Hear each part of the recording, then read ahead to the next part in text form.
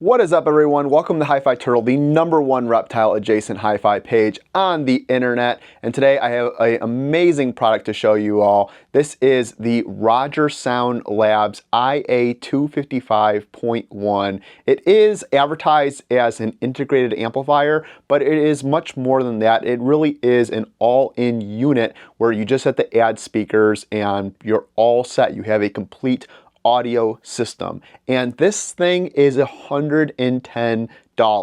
So it's very budget friendly, really easy to use, very user friendly to use, and I think a great recommendation for those who are looking to get into the hi-fi hobby or just want to upgrade themselves to a true 2-channel or even 2.1 channel listening experience. RSL did send me this unit for this review, and I'm so glad that they did because, again, I think this is a very compelling product. Before we continue, make sure you hit that thumbs up, like this video, subscribe. It really helps the channel grow so I can help continue to bring this great content to you. Check the links below in the description for other ways to help support the channel. Now let's get back into it. So like I said, the iA255.1 is advertised as an integrated amplifier. In fact, that's what the IA in the name stands for. The 2 is for 2-channel, the 55 is for 55 watts RMS into 4 ohms, 28 watts into 8 ohms, and the 0.1 is for the optional subwoofer out. So this can either be a 2-channel or a 2.1 channel. Now note, the 0.1 channel of that will not drive the subwoofer. The subwoofer will have to have its own built-in amplification, or I guess if you really so chose, you could have external amplification for the subwoofer portion of your system. So before we get into the sound of the unit, I want to talk about the features, the fit, the feel, what makes this product special, and there's a lot to talk about for a product that is $110. The first and foremost is that in the input selection you have 3 choices. You can either choose between USB, Bluetooth, or a line in via RCA. Now if you choose to stream via Bluetooth or use a USB, then you're going to engage the DAC section of this unit. RSL is not so forthcoming with what DAC chip is in here, but I think it sounds pretty good, so I'm impressed again at $110. But you can bypass that and use an external DAC via the RCA line ins. It is Bluetooth 5.0, so high quality Bluetooth streaming is possible, but you'll get higher quality if you choose to use the USB in. Now, what's very compelling to me about this product is that unlike a lot of audio products that are out there, including some very, very, very expensive audio products, is that this is not the printer cable style, USB-B style input that every other hi-fi product has. It is an actual USB-C input into the unit. Now I think that's awesome. I hate that printer cable style USB-B connector, and I think everyone out there really does. I hope that the audio industry will continue and adapt to USB-C and make it the standard just like every other technology product has, and get rid of those awful printer cables once and for all. Included with the RSL is a USB-A to USB-C cable, which I'm kind of amazed by because that cable itself is probably like a $10 value. Like if you just went to a Best Buy and wanted to pick up one of those cables, like it would at least run you like 10 bucks. So I'm like, where is RSL making the money on this thing? For most of my listening, I ended up using the USB input. I do believe that you get higher quality from that versus Bluetooth. And what I did is I used the stock USB-C cable from my iPad to go into the RSL, and it worked beautifully. And if I chose to, I could have my iPad just never turn off the screen, so I would have like an 11-inch display of whatever music is playing, and from my phone I can control from Spotify what music is playing on the iPad, which ultimately gets ported out into the RSL and then through my speakers, which is an awesome feature, and I think just is great, and something, again, that you wouldn't typically be able to do with those older style interfaces. Next to the Bluetooth antenna and the USB-C input, there is a switch that can either be bypass or 90 Hertz. Now this is a high pass filter, so if you do want to attach an external subwoofer, you can cut that on and then adjust your subwoofer crossover accordingly. The 90 Hertz cutoff is at 12 dB sloping, so you can figure that out in your room and figure out what frequency works best for you. But it's really nice to see that high pass filter built into this, so it really is something that's built for 2.1 channel if you choose to use it as such. Then the sub out is a 3.5mm aux cable, which can go into a conversion to RCA, and that cable is also included with this unit. And it's not a really cheap feeling, crummy 3.5mm to RCA adapter. It is a braided cable that actually feels and looks pretty nice. So I think this is another +1 on the value for the RSL. The binding posts for this unit are really small. They're very close, so I definitely think that banana cables are the way to go if you are interested in this unit. You can try spades, but your spades would have to be pretty small, and I would honestly be kind of scared that the spades would end up touching each other. So I would say if you're going to go for this unit, make sure you have banana cables. That will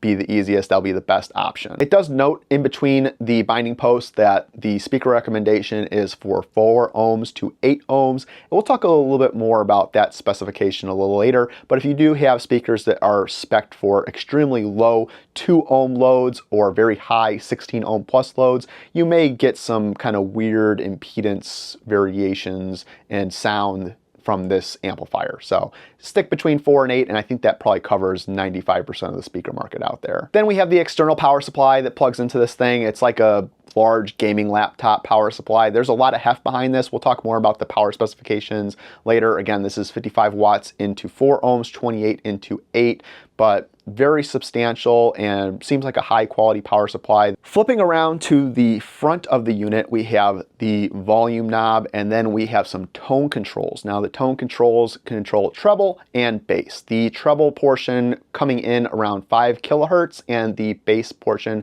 coming in around 100 hertz. And you have the ability to plus or minus that EQ by 9 decibels respectively to each frequency band.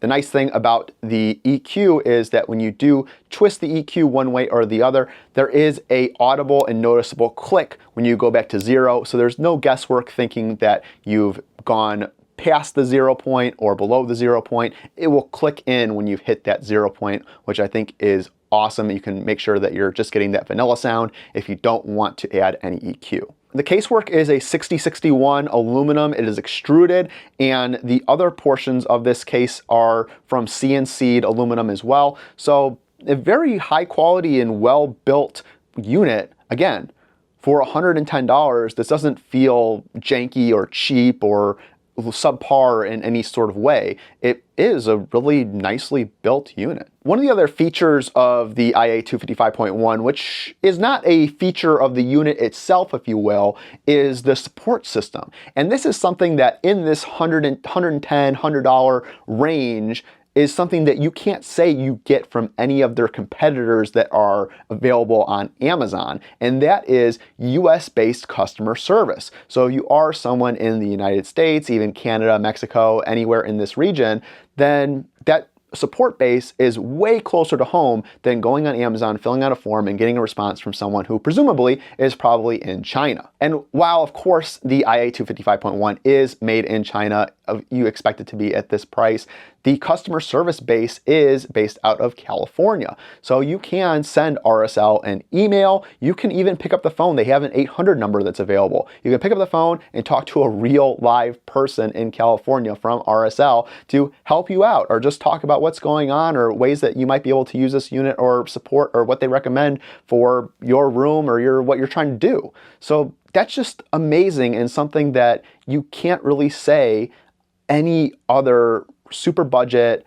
all-in-one $100 or so unit does. So kudos to RSL for being able to offer this price and that level of support to their customers. Okay, I think that covers the specifications, the fits, the features, all that good stuff. Now for my primary pairing of the RSL, I used the Stark Sound Beta 7 bookshelf speakers. These are really cool speakers. They're $750 for the pair. I will be doing a review of those in the near future, but I really like that pairing quite a bit, and I definitely love the ability to use the tone controls on the iA255.1 because there were times where I felt like on some songs you could get a little bit sibilant or a little bit harsh from the Beta 7s, and just be able to turn it down even just like 2 dB was enough to bring it into line where you could enjoy those portions of that track again and enhance that listening experience. For those of you who are returning to the channel, you may know that my reference loudspeaker is the Dynaudio Confidence 50,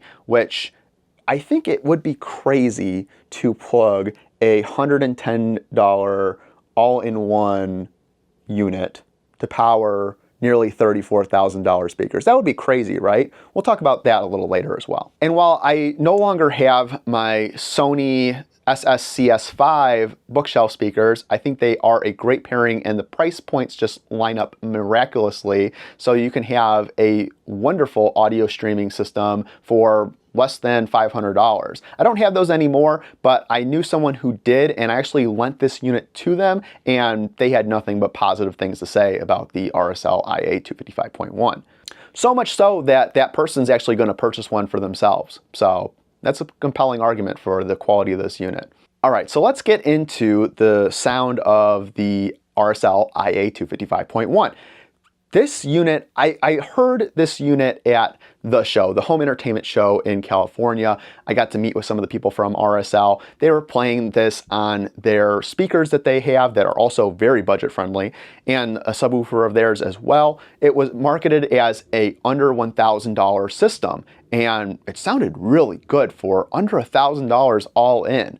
So that's what prompted me to reach out and talk to them and want to check their unit out even more, because what I heard at the show was very impressive for under $1,000. And the combination that I primarily used this with, again, with the Stark Beta 7s and the iA255.1, is still well under $1,000.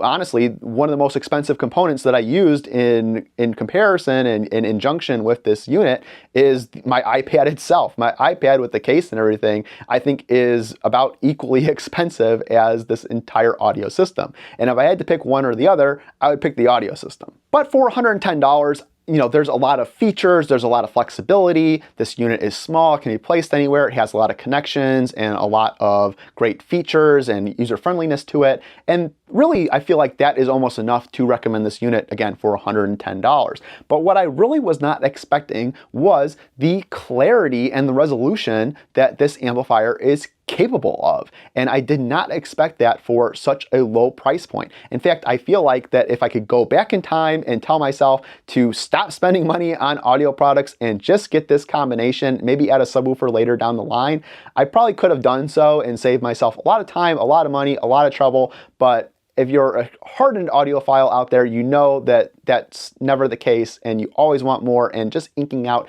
a couple more percentage points of performance is always worth those thousands of dollars. But if you're not deranged like I am, well, then you can get this unit and get a $500 or so pair of speakers and be infinitely happy forever and have great quality sound. Comparatively to the iA255.1, I at one point had the SMSL DA9, which is a very comparative product. It's an all-in-one unit, it has the Bluetooth streaming, all that good stuff. And while that has a lot of features, a lot of similar features to the 255.1, I, of course, didn't think that it was super resolute or super clear, but I ended up recommending it because it has a lot of features. Now, bring in the 255.1, I think that that unit, I don't even know if it's still current, but that unit honestly can go out the window, because for $110, you're going to get much better clarity, much better resolution, much better sound, deeper and tighter bass, and more crispy and beautiful highs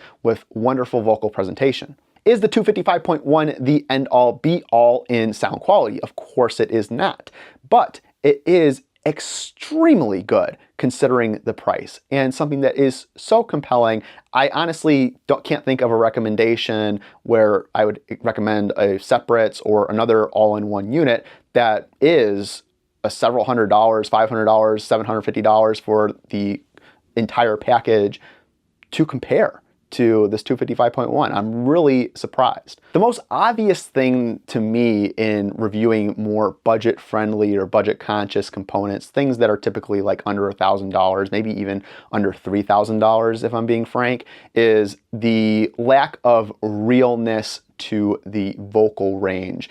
I feel like in the high-end world, that ability to have a very 3D presentation and have the realness of that singer in the room is one of the big selling points of high-end audio. And for the longest time, any kind of more budget-focused component has always let me down in that regard, and where the singer sounds like, yeah, I know that I'm listening to a recording. If I close my eyes, I can't be convinced otherwise that this is some sort of more live or more realistic and lifelike performance. It is just a recording.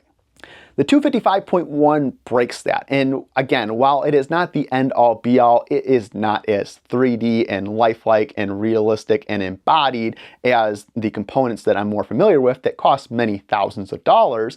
It is still a convincing, lifelike, live-like presentation of vocals where I don't feel like it is heartless and cold and just obvious that it is just a recording. It sounds more engaging than that. It sounds more lifelike than that. It sounds more full and rich than that. Treble is crisp and very nicely presented. The bass is deep and very fulfilling. I wouldn't say that it reaches as deep as a full-on power amplifier that weighs, you know, dozens of pounds and cost, again, many thousands of dollars, but it does present bass in a very nice way. I feel like maybe one of the weak points is its ability to do really fine instrument separation, where some tracks can get very busy. You can somewhat get lost in the details, but that being said, there is still a lot of detail in there, and I think for a lot of people that are just getting into the hobby, don't have that much experience, or are just looking to elevate their musical experience,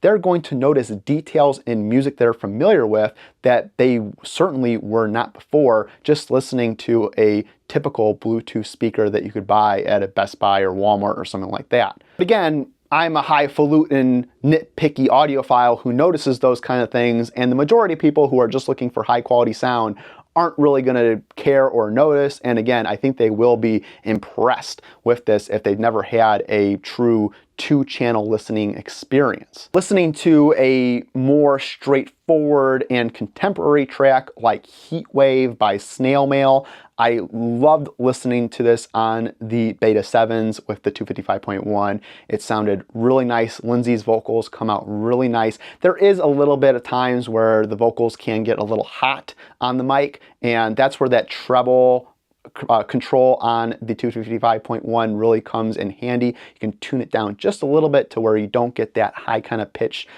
distortion that comes out from the track, but you can still get the nice crunchy guitars, the beautiful bass extension, and the presentation of that melody all throughout the song. And again, get a really nice and live-like presentation of Lindsay's vocals versus a more budget system where you hear it, but you don't hear it, if that makes sense. Going into a more bass-heavy track like Begin Again by Purity Ring, the bass lines came out super nice. The layering of the bass lines with the keyboards, with the vocals, with the synthesizers, with the additional just bits and pieces of this electronic music came out really beautifully and was, again, fairly well separated for the price.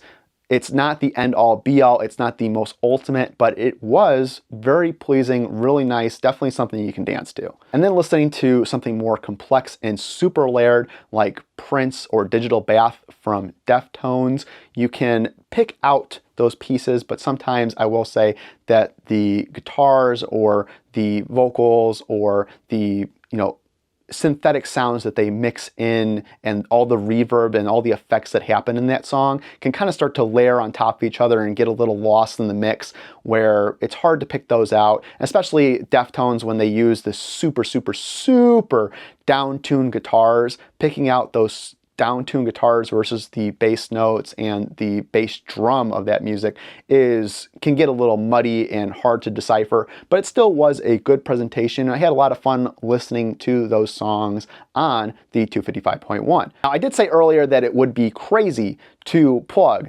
the nearly $34,000 Dynaudio Confidence 50s into a $110 all-in-one amplifier or streamer DAC thing. Well, I did that because I liked what I was hearing from the Beta 7 so much. I said, I'm just going to try it. What the heck? And I was fairly impressed with this performance once again from the 255.1.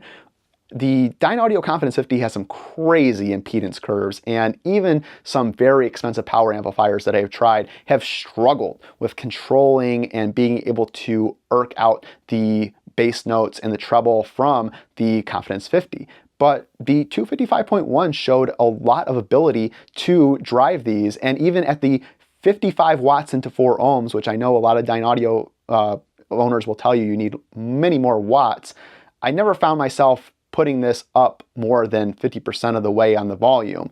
Maybe one of the weaknesses again of this unit is that there's no remote control or anything like that, but again, 55 watts was enough to drive my Confidence 50s loud enough for me to be completely satisfied, not wanting any more power out of this unit. And the thing is completely cool. There's absolutely no heat coming off of it.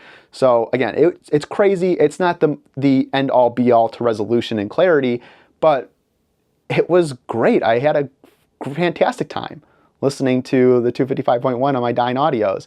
And again, it's one of those things where it makes you step back as an audiophile that spent so much money on all your components and makes you think, what am I doing? Why did I do this to myself? Is it really worth it for those last few percentage points of performance? Again, I'm deranged, so yes it is, but for 95% of people out there, I think they would be really hard pressed to justify spending a ton more money in order to get those last few percentage points. All right, that's gonna do it for me. I highly, highly, highly recommend the RSL iA255.1. I think it is a super flexible unit, not only for those who are just trying to get into the hi-fi hobby or see what this whole 2-channel and 2.1 channel listening experience is all about, but even the seasoned audiophile out there who may want a second system somewhere and doesn't want to spend a ton of money, or just want something more convenient to put somewhere, or there's so many diverse applications that the 255.1 can fit into. And again, for $110, it's just hard to fathom how good this unit sounds and all the features it has, the things that are included with it, the support system that is included with it as well from RSL